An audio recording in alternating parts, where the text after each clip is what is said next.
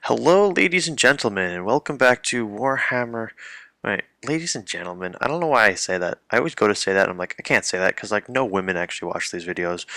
But out of curiosity, if you are a lady and you watch my battle reports, just out of curiosity, leave a comment below because I feel like I have no women subscribers, but my little YouTube thingamajig says I have like a whole bunch, my little analytics. But anyway, I digress. This is a Warhammer battle report with the Lead Belcher army. This is game 4, and I got paired up against another Orcs and Goblins player, and that Orcs and Goblins player didn't show up because either he got the time wrong for the second day or he was hungover or something. I don't know what the happened is. So I get to play the TO instead. And I ended up playing Orcs and Goblins anyway, so which is fine because I just played Game 3 against Orcs and Goblins, and Chris plays Orcs and Goblins, so I know them in and out, so I think I'll do pretty well. So for magic, I go ahead and roll up Harmonic Convergence, which is awesome. Wind Blast. Great, I can push those orcs back, even though Hand will probably throw them forward. He does get Hand. We have Thunderbolt, Comet of Castador, which is nice. I can make a little buffer, and the +1 Strength Ogre spell for the Butcher. So here is the deployment situation. I'll go over his units. However, I will discuss the terrain quickly. I'm a sucker for trying to create difficult situations for my opponent in getting to me, especially with monsters, those trolls there. So I do go ahead and this lake Kemmery quicksand thing was put in the middle of the battlefield, so he's going to cross that. But right next to that to the left is a little unpainted Nablar, and then two other markers on the battlefield. Whoever has the most bodies within those markers at the end of the scenario, at the end of the game, gets extra victory points. And you can see how I have my stuff set up. I've got the bulls all the way over far to the left because I'm assuming he's going to come around to me to get points. But if he does that, I can flank those savage orcs that are up there. I have the saber tusks ready to deal with the mangler squigs. The noblars are all up in front, and the lead belchers. And there's a iron blaster behind my units somewhere hiding. And honestly, I know those bulls are outside of that leadership window all the way over here to the right, but you know what? I can deal with the Mangler Squig. I can touch him. I can march into him. There's a chariot over there. And you know what? If for some strange reason he doesn't go after them, like I said, I'll take the objective, but if the Savage Orcs attack him, hopefully I can get them out of the battle because I've got no way I can deal with those. So for this army, we have from left to right, we've got a chariot with some spiders, which looks pretty cool. The Mangler, a whole bunch of Savage Orcs. This is a souped up unit. There's like 2 or 3 heroes in here. That flag is a hero because he's actually home getting painted and he forgot to bring him. And they have the shrunken head in there. There's a black orc in there. This way they don't fail animosity. There's some magic banner that gives d6 magic res. He said it's not the most optimal choice, but he was out of models, so he needed to fill up points, so he took it. I think it's like a 100-point banner. It was very interesting. It actually played a role in the game. More Mangler Squig, bunch of war machines, bolt throwers, and doom divers. The chariot, and then there is a handmade, what are they called? The pump wagons, handmade all from green stuff, which is really cool. This is the opponent that Chris actually played last CrossRoads. Then we have the trolls, and again some more chariots and pump wagons. So they're gonna have to deal with the difficult terrain going through the forest or the Kemmery quicksand. So I'm not upset about that. Also, there was another hero that was still being worked on, and he is proxied by a purple Chaos Knight on a lizard. So he's actually just a hero or a lord, I forget, but he's on a boar. So he's chilling out with the trolls. So I guess they don't have stupidity, or if they do have stupidity, they at least have their leadership if they're the leadership of the hero if he's outside of the general's bubble. So I've got a lot of drops, which gives my opponent the +1 to go first, and he goes ahead and gets it. The random move go up, the chariots are chilling behind, and even the pump wagons and the other chariots across the battlefield are kind of squeezing through the terrain. Luckily for me, since he has all these things, it is kind of getting him caught up, and he's not able to move everything up full, which is great because with the lead belchers, I need to be able to shoot. I need time to shoot. The thing is, though, some of this stuff like the pump wagon are in front of the trolls. I'm gonna shoot the pump wagon, of course, but the trolls have cover now. But you know, whatever. Just another shot of the oncoming horde.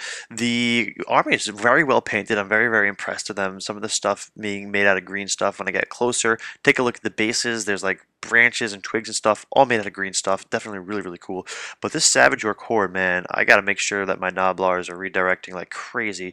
Those frenzied troops are easy to redirect and get them out of here, but if they go ahead and actually touch me, dude, I'm dead. So I don't have anything eventful happening in his magic phase. I was able to deny it, or he got nothing off. This Saber Tusk goes ahead and goes up and kills the Mangler Squig. I'm not entirely sure why I took this picture, but it might be to show that I moved the the Iron Blaster over a little bit. He's going to start moving his way up the side of the board so I can get some flank shots on the Savage Orcs. And also you can notice that there is a Lead Belcher missing in one of those units, so I'm assuming a Doom Diver or a Spear Chucker did some damage. And here's the rest of my battle line. I back up everything, 3 inches or 2 inches, depending on what unit it is. The Saber Tusk is kind of just chilling so that he can deal with the next Mangler Squig when it comes ahead. The Bulls are just kind of tilted a little bit. This way, once his stuff comes along, I can flank charge him. So these guys are coming through the Cameroon quicksand and the forest. They are a huge threat, believe it or not. Usually when I'm playing Scape, I'm like, chariots, whatever. Kill D6 guys, kill D6 guys. I don't care. I've got bodies. I'm not going anywhere. I'm steadfast. But you know what? In this army, when you hit the Noblars and you overrun into the Lead Belchers, there's not much of there that will be sustaining in those units. I mean, yeah, I'm T4, but no armor, strength 5 impacts with the freaking pump wagon, so I'm going to go ahead and have to shoot and magic these guys. I go ahead and lightning, thunderbolt the pump wagon and knock him off the battlefield, so that's a good start.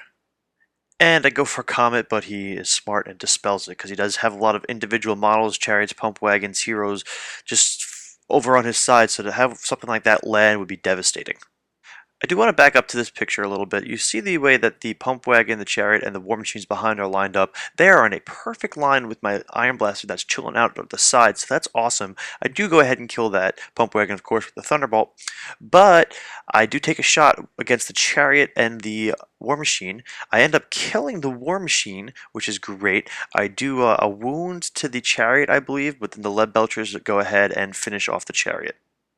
So I'm happy the Iron Blasters are starting to do something, but I'm going to go ahead and reinforce the fact that Steel-based shooting is terrible. I take 8 Lead Belchers, unload shots into a Mangler Squig, and I only get 5 hits, and I go ahead and only do 1 wound, which really sucks. However, at the end of my turn, between the Lead Belchers, the Iron Blasters, Magic, I got a nice little casualty pile going here. So the Lead Belcher unit is really good at clearing off the chaff, but the issue with once I clear off the chaff, that means I go ahead and have everyone marching full forward towards me. But just going back to what I said earlier, check out those bases. That's all green stuff. The rock, the shale rock looking, and the twigs and stuff. Very, very good job sculpting that stuff. So on to Orc turn 2, we got this guy moving up his random move. Again, check out that base, awesome work. And here is the rest of the movement phase. So we got that hero with the trolls getting closer. He got delayed because he had to go around the quicksand because you don't want to lose trolls in there. That hero's kind of getting me a little nervous because he could charge out and kill Noblars no problem and go ahead and kill the Lead Belchers because I'm pretty sure, I don't have the list in front of me, but he had like a solid like 2 up or 1 up armor save. He has a ward save of sorts. I really don't have anything to deal with him. But yeah, so behind the the Savage Orcs, I think I failed to mention this because I didn't even see them. That's like a horde of like Goblin Archers with Fanatics, which is very interesting. I would never see Chris do anything like that, but I'm just curious to see what that unit's going to do. And here's just another angle of the movement phase, so you can see he's getting close to me, but I've got all my stuff over on the far right, so I'm not too worried at the moment. So here's the issue. I'm pretty sure turn 1 I used my Dispel Scroll to get rid of Foot because no Ogre player wants Foot getting off. So he rolls up a nice handful of dice and I think he's got at least 10 dice. He 5 dice his hand. And I'm like, what do I do? I need to save all my dice to get rid of Foot. So I save my dice and I give him Hand of Gork, which is risky. He does have these guys, the Night Goblin Archers. He's going to move up. He debates on putting them right here. This way, once he gets within 8 inches, he can go ahead and the Fanatics will pop out. But he decides to go ahead and put them over here instead. The catch is, though, in order for the unit to drop with the hero placement and still stay away from 1 inch away from the trolls is he's got to put the unit backwards, which is hysterical, but who gives a shit? He's still within 8 inches of the Noblar. The fanatics come flying out. So the one fanatic that does get all the way through only does 2 wounds to the unit, so I'm not upset. And the other two fall short because the way we looked at it is if they pop out 8 inches away from you and the model base is maybe an inch wide, you need to roll a 7 or better. And he rolled up like 6 and 5, which sucks. But you know what? Now I've got sacrificial Noblars that will go ahead and kill off the fanatics. So I got all these dice ready to dispel foot, but he gets it off with irresistible force. So screw me, right? Screw me. So this foot lands once, and it kills 2 guys after scattering. And I'm just kidding, because foot never lands just once, so it goes ahead and kills 4 more guys. It goes a third time, and kills everyone but the butcher. So the unit of 9 bulls is dead. So much for flanking, so much for doing anything useful for these guys, claiming objectives or anything. He just killed all my bulls. So some stuff happens in shooting, but nothing really worth mentioning. But I've got this lonely butcher over here to the left, and now it's my turn. And you know what? I've decided what the hell. He ends up being in the flank of this chariot, so I go ahead and issue a charge. You know what? If I could get to it, I'd be doing an ogre charge, and I would overrun into the savage orcs, and yeah, he'd have a handful of guys, he'd make way with his heroes, but you know what? If he doesn't kill him, he'd have to chase him all the way left to the edge of the battlefield, and I'd be down with that. But it doesn't matter because he flees, and I do not get redirected into the savage orcs. So I go ahead and clean the battlefield by turning on my Noblar windshield wipers and kill the 2 goblin fanatics, which is, I'm happy about it. He does get a return on investment for his points there because I think a fanatic's 25 and my trapper units are 50, so good job, but I end up losing those Noblars. And then the Saber Tusk goes ahead and marches his 16 inches, I believe, and kills the other Manglers. So I did an awesome job of clearing out the chaff this round. So, in remaining moves, I tilt everything down a little bit to the right. I do have some redirecting going on. The Noblars go ahead and redirect the Savage Orcs. If he does charge me, he will have to take difficult terrain tests, and I do the same thing against that little hero that's dealing with the trolls, because I don't want that hero charging out and getting into my love belchers. He didn't even think that was an option. He didn't even think of doing that until I told him what I was doing. He's like, oh wow, that's not a bad idea. So he'll probably go ahead and do that next round, but you know what? At least if he does do that, he overruns straight. I have a turn to just unload shots into him. So the only spell it gets off is Area Effect Harmonic Convergence. Also note there's a fleeing Noblar unit. I think that might have been from shooting or a fanatic. I don't remember. So with Harmonic Convergence being said, I am unable to actually kill as many trolls as I was hoping. I mean, he does get some cover from the various units in front of him, but man, regen really soaked up a lot of the hits, so I know a counter argument to that might be BSB with Flaming Banner. I know. Iron Blast goes ahead and takes out another War Machine and does a second shot into, or second hit into the Doom Diver. And I do 2 wounds onto that one, so I've got all these perfect aligned shots, which I'm really looking forward to each round. So I've got 2 War Machines left. And here's just another shot of the battlefield before the end of my turn. So into Orc turn 3, just a close-up shot of these guys here, just to show you the movement trays are even green stuffed up along with the bases of the small guys. And the paint job on these freaking Savage Orcs are pretty good, so. So the hero does go ahead and charge the trappers. The trolls go ahead and move up through the reformed goblins, which are now in ranks, so they can do a volley fire, and the Noblars that are next to me right there. And this fanatic goes nowhere important. So I have to play Magic Phase smart. I can't let another foot go off, so I go ahead and give him Curse of the Spider God, which actually gives these guys poison attacks, which isn't that good because he's hitting on 5, 6s, but you know what, if he's getting 6s to hit me, then he's actually probably going to kill some ogres because my light armor is shit. So, with other magic, there is a charge there with the chariot, I forgot to say, but he does not get any other spells off, which is great. There's no foot and there's no hand, so those Savage Orcs are actually stuck behind there. Miscellaneous shooting does some wounds to the Iron Blaster. This chariot does plow down the trappers, and this game just is going my way. With the Iron Blasters actually working and the Noblars doing their job, the hero ends up whiffing and only does, I guess, one wound to the Noblars. And I'm within 12 inches of my general, and I've got a rank, so I'm actually steadfast. I stay. How awesome is that? And it looks like only a wound or two was done to the lead belchers from the poison arrows. So here's movement in my turn. I go ahead and shuffle down a bit further. I rally the guys behind the trappers. I'm going to go ahead and send them towards that fanatic just in case. I just don't want him coming backwards or going towards the cannon. He can hit the building for all I care and blow up, but the Iron Blast is actually controlling a objective, but he does have two objectives himself, so oh well. But at this point, I'm feeling pretty good. I have him all chaffed up. His powerhouse unit is nowhere near me, so I'm feeling pretty good about this game. But then again, I was feeling pretty good about the first two games and lost them. But so in Magic, I wind blast these guys. I rolled a 1 for how far it moved back, which is the only roll I didn't need. I was kind of hoping to hit the chariot and then just do the d6 strength 3 or strength 4 hits. I think it's strength 3 hits to the chariot with wind blast, but I don't hit anything. So moving back these Savage Orcs an inch really doesn't do anything because Hand of Gork could like move them 20 inches, so who gives a shit? And I open my mouth too soon. I say, "Hey, I got this game. I'm winning. I'm winning. I'm doing good." But then my Iron Blaster decides to blow up, and then anyone within, I think, D6 inches or whatever it is, nonetheless, the frickin' Butcher gets hit by the Iron Blaster blowing up. I don't think he takes any wounds, but he does fail his panic test and decides to turn around and run away. The Doom Diver War Machine goes ahead and blows up, so I'm happy about that. I don't have to finish killing it. There isn't really too much shooting going on in my phase with the lead belchers. I think I shoot at some of the goblin archers, but and the trolls a little bit.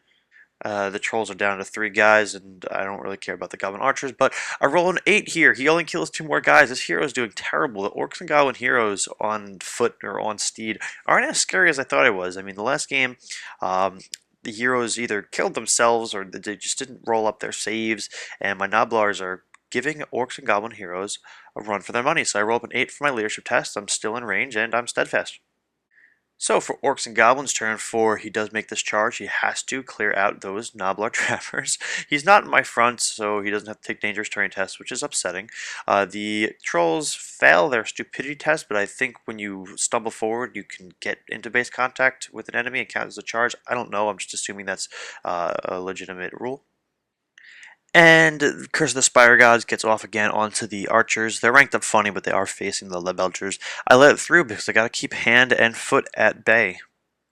So I deny foot from getting through, but I think hand gets off and this chariot ends up all the way here on my flank, which is no fun.